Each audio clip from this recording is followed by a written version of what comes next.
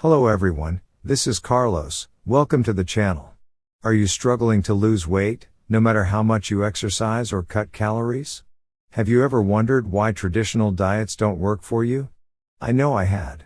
In his groundbreaking book, The Obesity Code, Dr. Jason Fung reveals the real reason why we struggle with weight loss, and it's not just about eating less and moving more. In this video, we'll dive into the key insights of the Obesity Code and learn how you can finally achieve sustainable weight loss and optimal health. This book could change the way you think about weight loss. Join me as we dive into the secrets of the Obesity Code.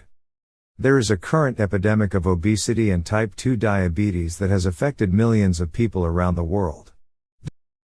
Dr. Fung argues that the root cause of this epidemic is not simply overeating and lack of exercise but rather the excessive consumption of sugar and refined carbohydrates.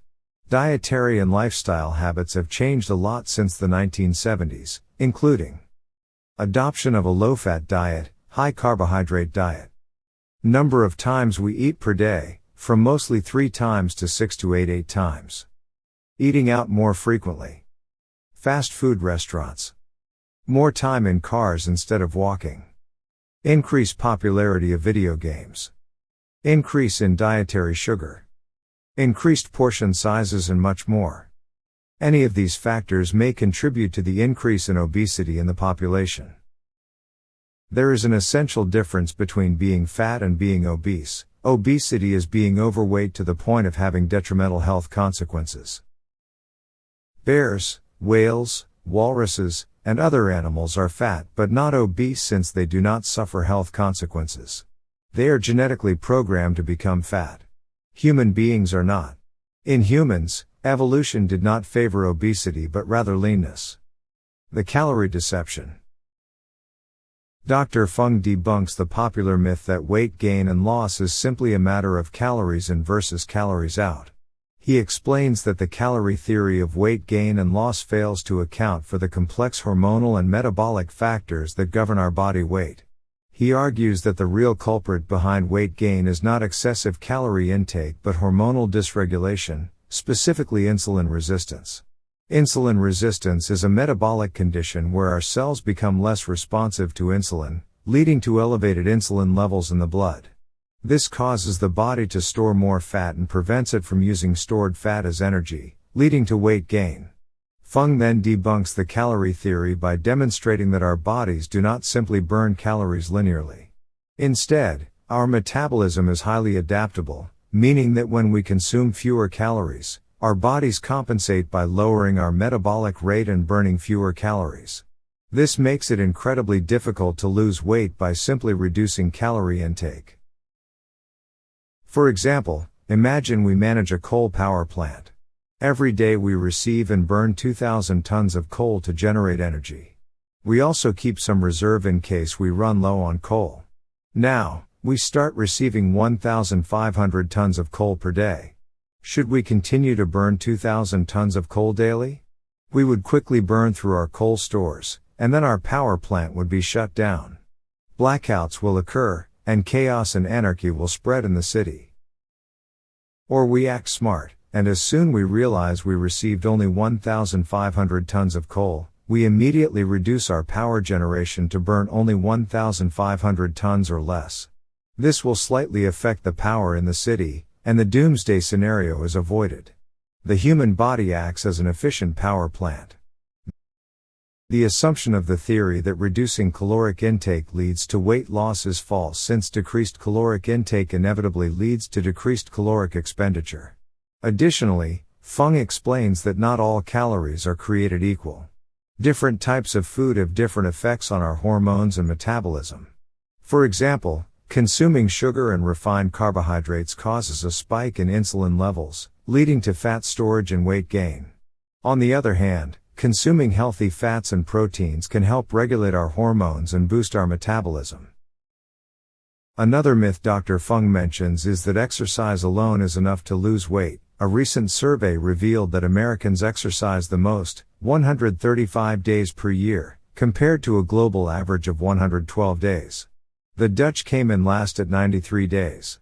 Now you might ask if all this activity translated into lower rates of obesity. That's not the case. With their low exercise rates, the Dutch and Italians experience less than 1/3 of the obesity of Americans. Traditionally, diet and exercise have been prescribed as a treatment for obesity as if they are equally important. But diet and exercise are not 50-50 partners. Diet is Batman, and exercise is Robin. Diet does 95% of the work and deserves all the attention. Dr. Fung proposes a new model of obesity that challenges the traditional calories in, calories out approach. The conventional approach does not consider the hormonal factors that contribute to obesity. Instead, he suggests that obesity is a hormonal, not a caloric, imbalance. Insulin is one of the main hormones involved in obesity. Insulin is produced by the pancreas and regulates the amount of glucose in the bloodstream. Our blood sugar levels rise when we eat, and insulin is released to store the excess glucose as fat. The hormone cortisol is also having a relationship to obesity. Cortisol is a hormone produced by the adrenal glands in response to stress. Cortisol helps our bodies respond to stress by increasing blood sugar levels and mobilizing energy stores, including fat. While cortisol plays a vital role in our body's response to stress, chronically elevated cortisol levels can lead to various health problems, including obesity. According to Dr. Fung, cortisol can contribute to obesity in a few different ways. First, cortisol can increase insulin resistance, leading to higher insulin levels. Elevated insulin levels promote fat storage, making it harder to lose weight. Second, cortisol can increase appetite, leading to overeating and weight gain. This is because cortisol triggers the release of neuropeptide Y, a hormone that stimulates appetite and promotes fat storage. Third, chronic stress and elevated cortisol levels can disrupt sleep, contributing to weight gain. Lack of sleep has been linked to increased hunger and cravings for high carbohydrate, high calorie foods. Another factor contributing to obesity is insulin resistance, which occurs when the body is exposed to high levels of insulin over a prolonged period, typically due to a diet high in carbohydrates and refined sugars. The constant stimulation of insulin production eventually causes cells to become less responsive to insulin, making it more difficult for insulin to transport glucose from the bloodstream into cells for energy. As a result, the pancreas must produce even more insulin to keep blood sugar levels in check, leading to a vicious cycle of increasing insulin resistance and higher insulin production. Insulin resistance is a complex condition influenced by various factors, including genetics, lifestyle, and environmental factors. This can ultimately result in type 2 diabetes and other health issues such as obesity, high blood pressure, and heart disease. Dr. Fung emphasizes that insulin resistance is a crucial driver of obesity and that reducing insulin levels is essential for long-term weight loss. Now, what can be done to reduce the obesity epidemic? The solution is simple: we need to change our diets and adopt a new approach to eating.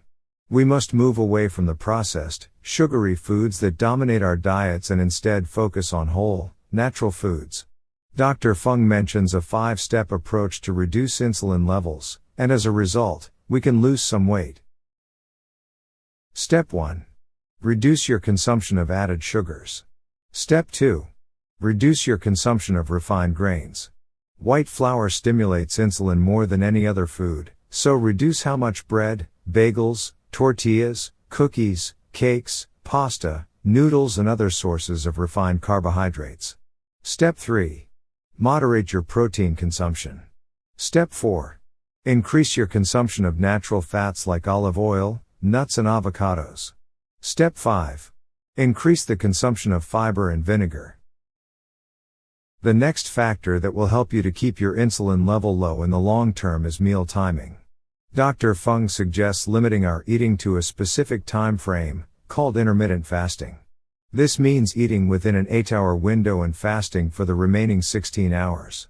Intermittent fasting helps lower insulin levels, which allows our body to burn fat for fuel. It also has numerous other health benefits, like improving digestion and reducing inflammation. So, if you're struggling with weight gain, try adjusting your eating schedule. Give intermittent fasting a try and see if it works for you. We can achieve sustainable weight loss and improve our overall health by adopting these lifestyle changes.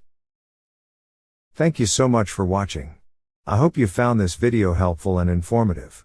If you enjoyed the content, please hit the like button and subscribe to my channel.